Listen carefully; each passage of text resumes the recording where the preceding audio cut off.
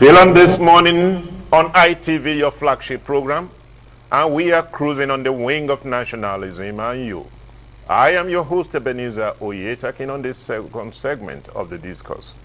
And with me in the house to take a look at a very important topic is Adefolarin Olamilekan, a political economist and development researcher. We're going to be taking a look at Nigeria GDP and the economic outlooks for 2022. You are welcome, and I say to you, nationalism and you. It is my responsibility to take this nation to a greater height. It brings about even development all across the country. Very well. It is his duty to take this country to a very great height and participate in the development of the country. Yes, Nigeria GDP and the economic outlook. The International Monetary Fund recently projected that Nigeria economy will be growing with some 3-point-something% this year, although they did that kind of predictions in, I think, 2021, and we outgrown it. We even grew to up to 5% and things of that nature. Yes, economic of GDP. Is our economy expanding at the rate it ought to expand?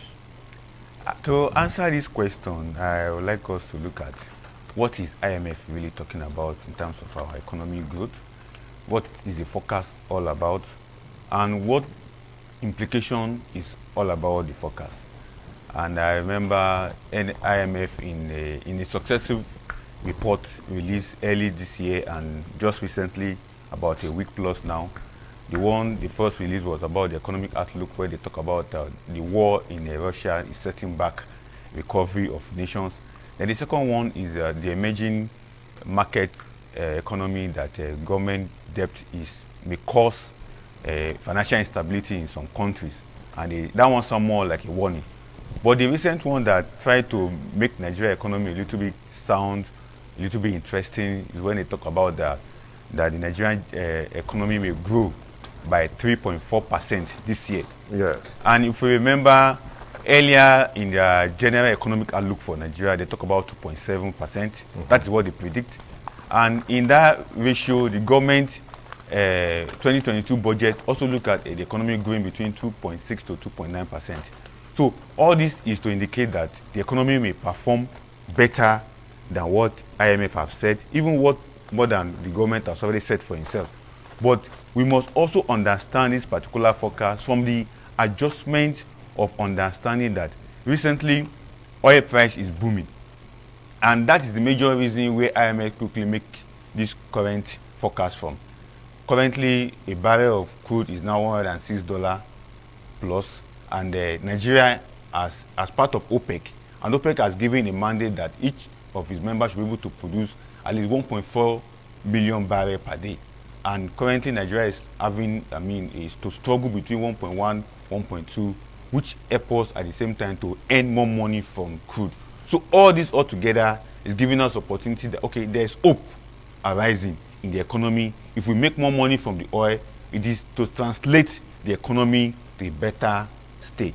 But if we don't make more money from the oil, it means that the economy may have challenges. So in terms of the GDP ratio, in terms of the GDP calculation, it is all tied to what we are going to make in the economy in terms of oil price, oil market at international level. And secondly, the contribution of other sectors like ICT, real estate, the banking sector, the agricultural sector, all going to accumulate to make us understand and have a better effect, a better understanding of how the Nigerian economy is going to work out come 2022 that we are in today.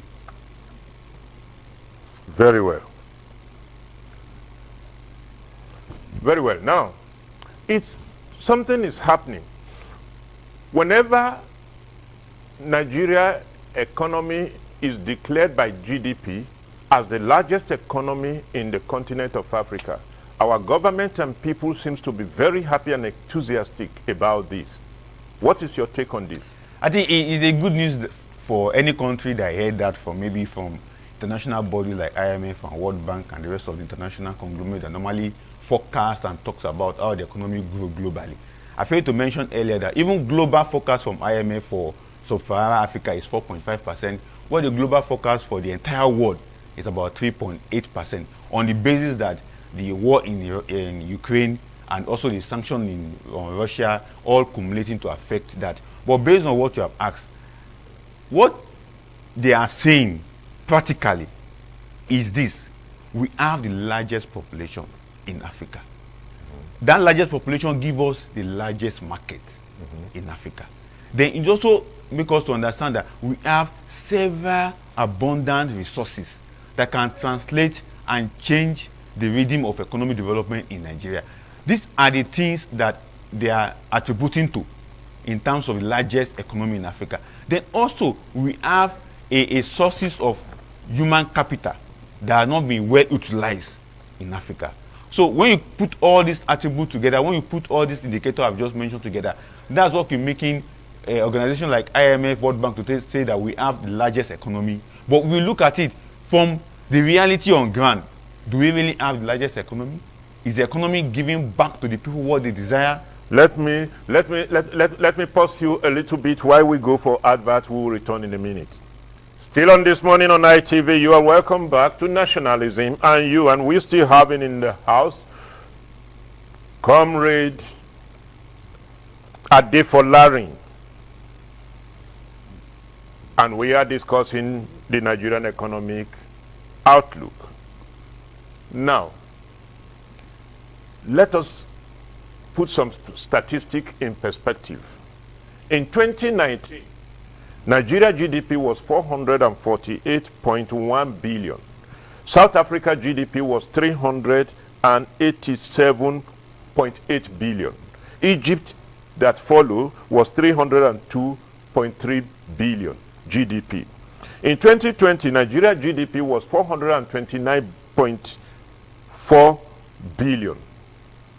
Egypt overtook South Africa and became 364.4 billion.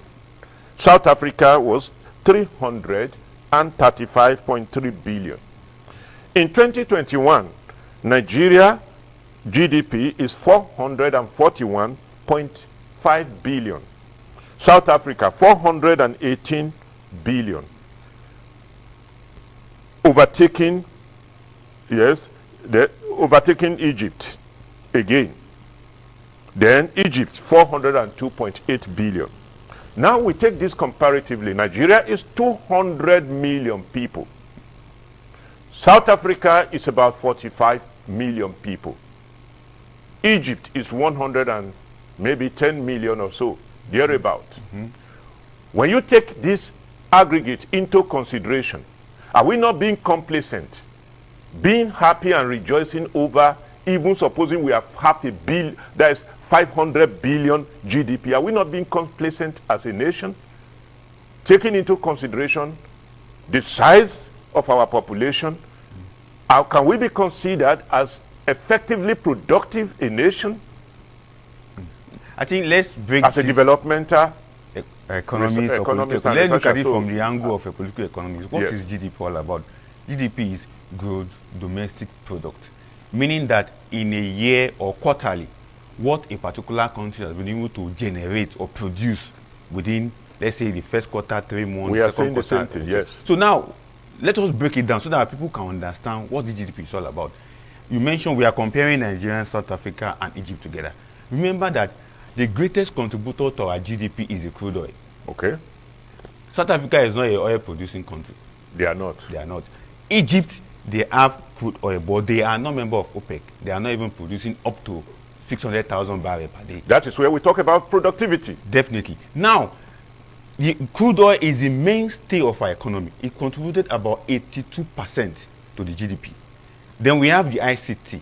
In ICT, Egypt and South Africa are doing fantastically higher than us in terms of that aspect. Agriculture. How in agriculture, these other two countries are contributing effectively to their economy through agriculture. What about the financial sector, the banking sector, the insurance sector? All these other sectors that we have just mentioned, minus crude oil, they are contributing effectively to the economy. How I wish agric, ICT, real estate, construction, financial sector, they are also contributing 50, 60, 70% the way crude oil is contributing to the Nigerian economy. That's where this question can be easily answered, that we are not productive country. But because we are only depending on just one singular petrodollar economy driven by crude oil sales and price and international market that we are recovering from, that is where it is. So in comparative analysis from the political economy angle, we are doing well crude oil, but other sectors are just performing to an average. That's why the diversification of the economy that the government is talking about have to be taken very seriously.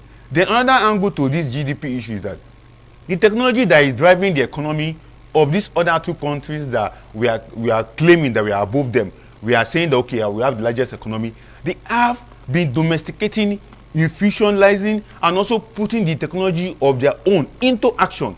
But here in Nigeria, how many of our domestic scientists innovation have we applied to the economy? It's not there.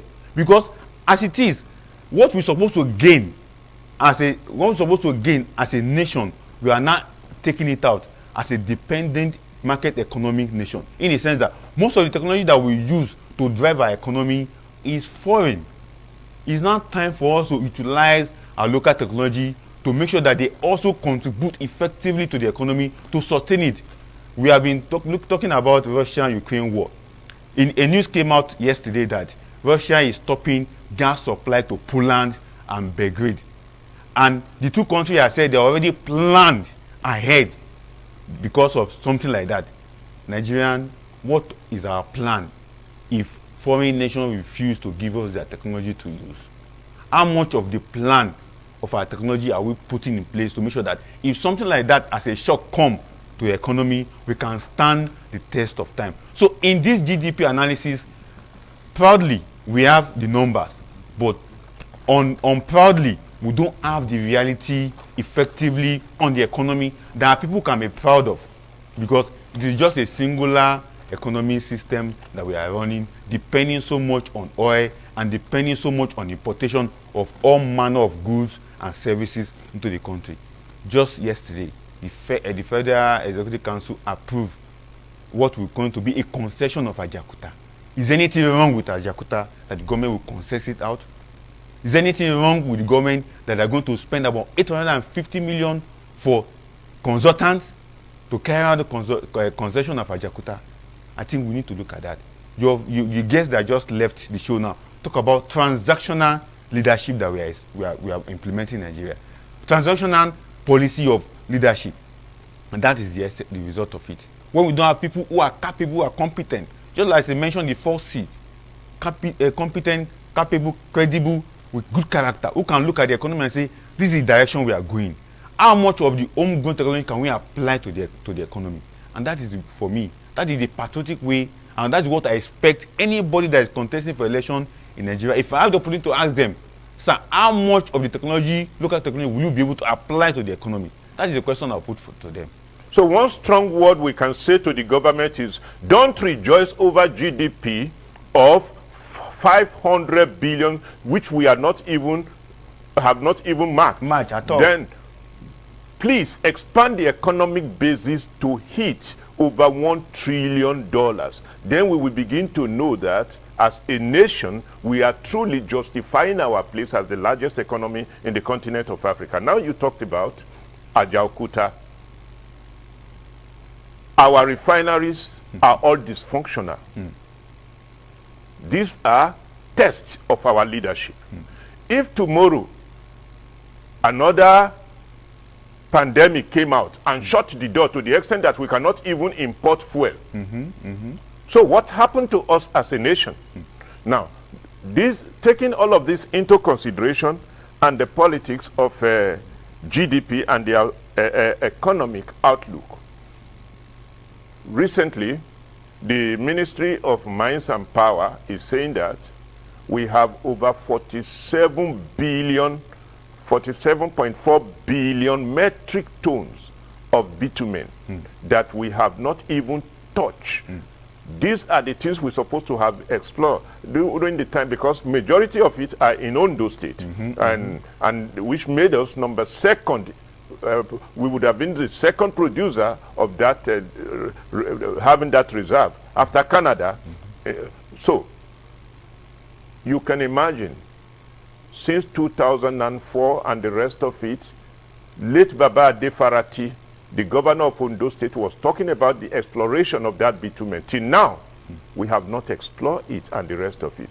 How are this not the way? Are this not product of complacency and mispriority of what's supposed to build and aggregate our? Your question has set a tone for me to quickly analyze this from the angle that, one, the character of the leadership in Nigeria have fixated their focus on economic development on crude oil.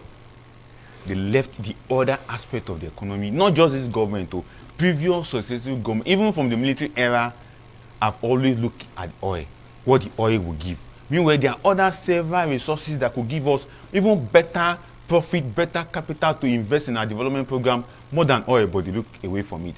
Now, as we rightly mentioned on those states, my challenge with exploring resources in Nigeria is that, what are the subnational government doing? What stopped them from setting up companies? What stopped them from setting up agencies that can take, even if the federal government is giving license, they can take up license from federal government and set up company with people with knowledgeable understanding of how to carry out this business and engage in exploration. We are talking about refinery. Over 22 billion was spent to refurbish the 4 refinery, and up to date, none of them work.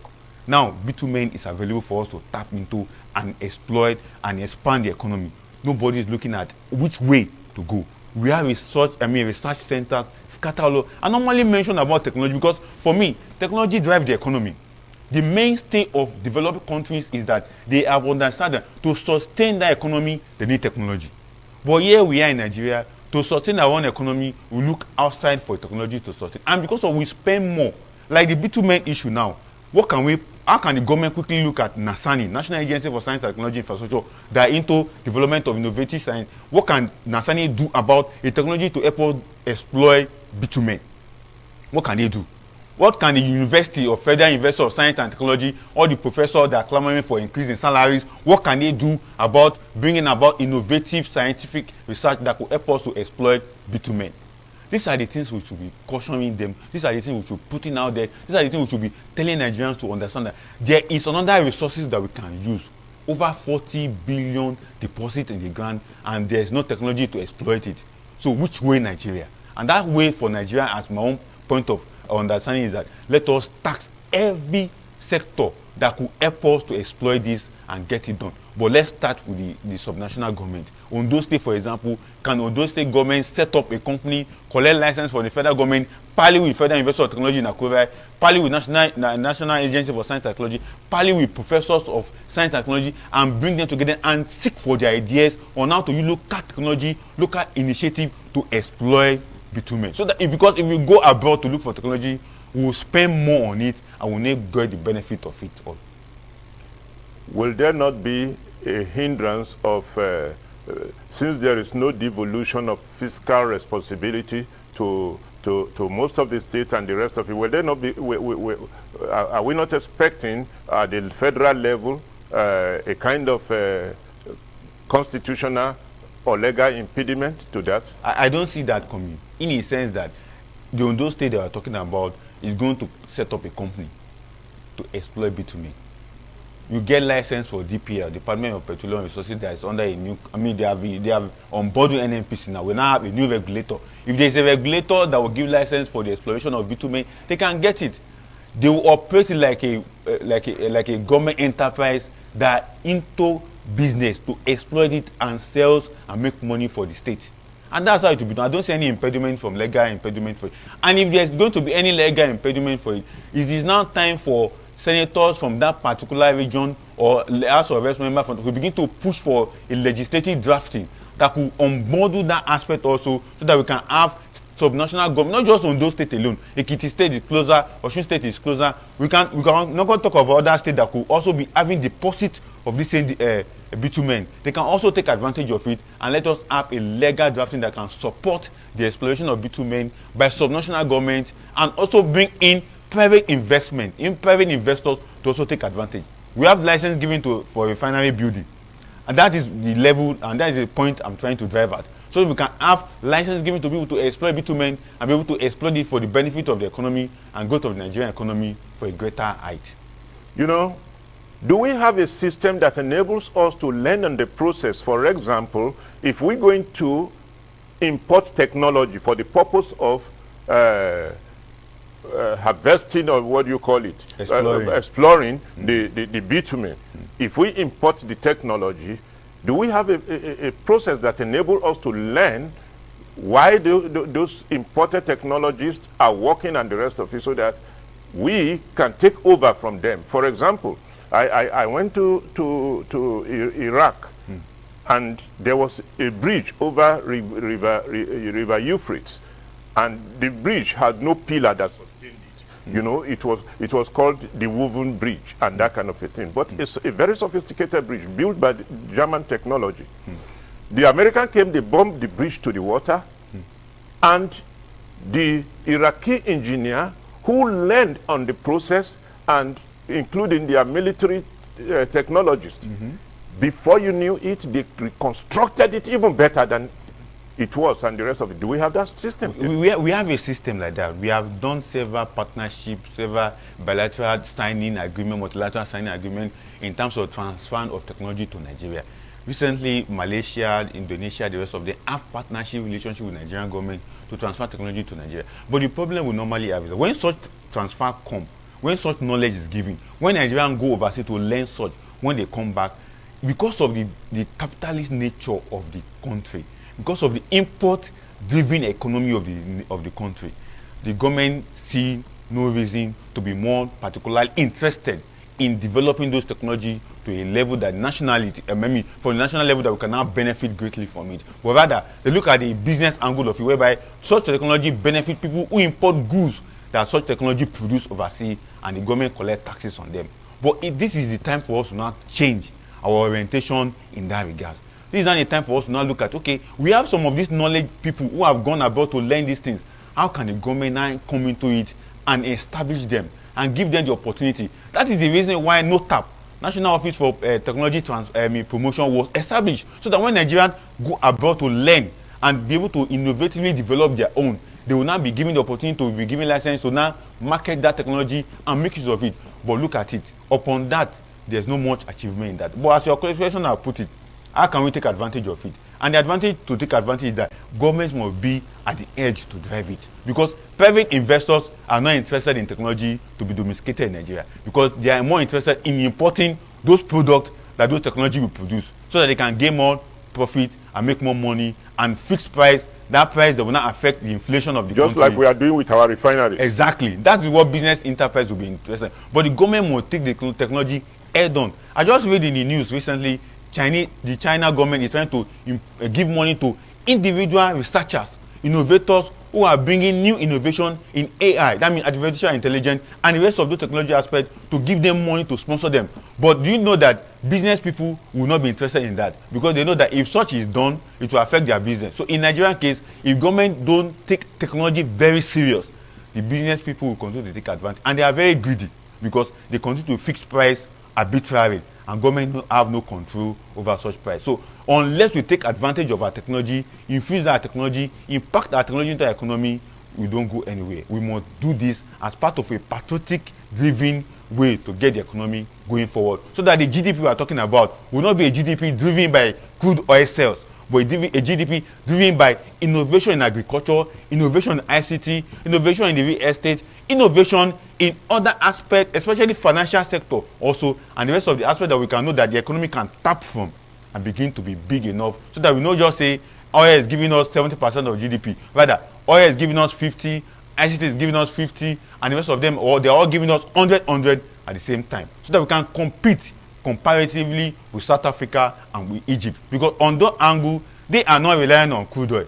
They are not even relying on the resources. They are relying on productive sector, tangible production that can be sold or that can be given out as goods and services. That's what is building up their GDP. I visited Islamic Republic of Iran, and they were having 2 giant steel complex, like the Ajakuta we had. And they told me they were going to build the 3rd one. And they asked, how many are you having in Nigeria? And I said, we are having Ajakuta, but it has not come on full extent. They said, how do you develop technologically? Said, steel is the foundation for the, steel complex is the foundation for technology. And taking a look at that country, despite over 4 decades of comprehensive economic blockade or sanctions, it is the most developed and most self-reliant nation in the Persian Gulf and Arabian Peninsula. Exactly. Is it that our government do not understand the importance of Ajaokuta, that they are not completing it, they are concessioning today, and they are revoking tomorrow, and in a cycle of what and the rest of it, what are we doing as a nation? The issue is not that they don't understand the importance or the significance of Ajaokuta. The problem is that our elites are they are too focused on foreign influences.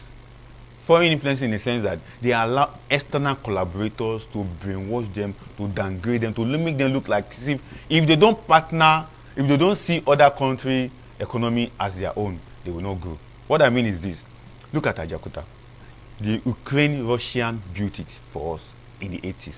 Between the 70s to the early 80s, 1983, that it was commissioned. Then they built Jos rolling mill, they built Delta rolling mill, they built another rolling mill in Akwa Ibom. About 4 rolling mill was followed apart from Ajaokuta, whereby Ajaokuta will supply those to those rolling mills and they will produce. Then we have the Itakpe. But what do they have? But what do the government think? They, as I said earlier, they just focus on the oil, that the oil is the main thing. But meanwhile, we have a very brilliant, fantastic economic loophole that we can use to engineer Nigerian economy. They left it behind. Now they are going to concess it. And what does that mean? And remember that this is not the first time concession will be coming to Ajaokuta. The first concession and the rest of it they did, the people that took over, what they call outstripping material. They outstrip all the good things in that particular sector. And they were selling it away. They are selling it away. So what do we think will happen to this one? So it is a call on the government to see the need that we need Ajaokuta to work, because Ajaokuta will help the economy to be driven beyond just the crude oil. And the government has been talking about non-oil sector driven economy. This is now the point for them to see Ajaokuta as a way out of it, not just concession. Concession will not give you the best, because the person you are going to give it to is thinking about the price or the profit he's going to make, because he's going to borrow money from banks and interests of the organization to come and begin to operate that organization. Why can't the government just sit and look at what they can do practically? And Nigerians are waiting for Ajaokuta. Ajaokuta will give over 1 million jobs to Nigerians if we work today. Very well. Now, many people have said in the field of agriculture alone that Nigeria can expand its GDP,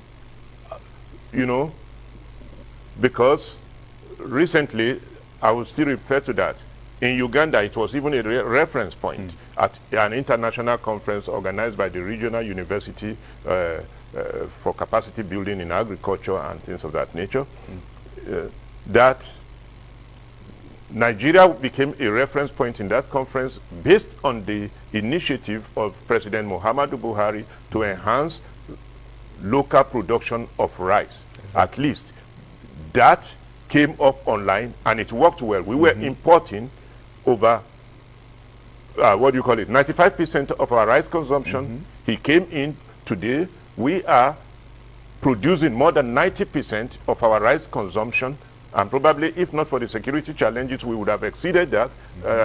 Then rice factories are springing up, processing factories are springing up everywhere. Fertilizers companies were revived and they are functioning and things of that nature. These are actually the way to go. And in rice farming, we had 3.5 million rice farmers before he came. Today we are having over 15 million rice farmers. And with the chains, value chains and the rest of it. This was a point of reference in Uganda conference and things of that nature.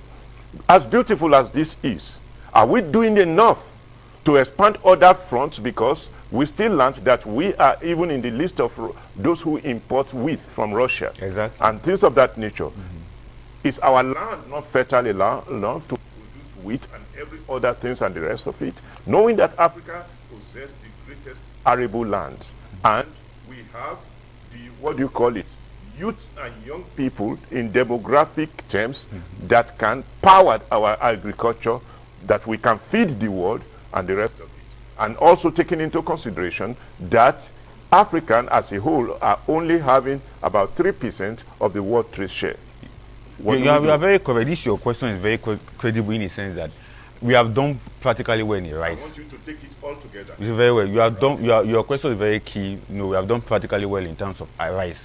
Now, recently, I think last week, Central Bank talked about investing in wheat production. I think they are throwing some trillions of naira into that aspect. So, what we are trying to say here is that how can we replicate the same scenario, fantastic policy implementation that we did for rice in all segments of commodity or agro products, rice, wheat, sugar production, and the rest of them? How can we replicate all this? How can we encourage and inspire farmers in all these sectors so that they can take advantage of it, and also inspire investors to also build refining or what we call, where we can process all this agri process all through? That is where we are going. And to do that is to continue to give the government the opportunity that there are opportunities to take advantage of all this. Because if we don't do it, it will be very difficult for us. Food sufficiency is very key. It's a key way to stop insecurity. Because if we don't produce enough food for the people to eat, people go hungry, and the next thing that comes to their mind is criminality or crime activities. So it's an opportunity for the government to take advantage of it. What we have done in the rice sector, can we replicate it in the wheat sector? Can we replicate it in the sugar sector? Can we replicate it in the orange juice manufacturing sector and every other sector that we can take advantage of? If not, it will be... If you have one word for the government regarding how to enhance our national productivity, what will it be? One word: inspire the economy.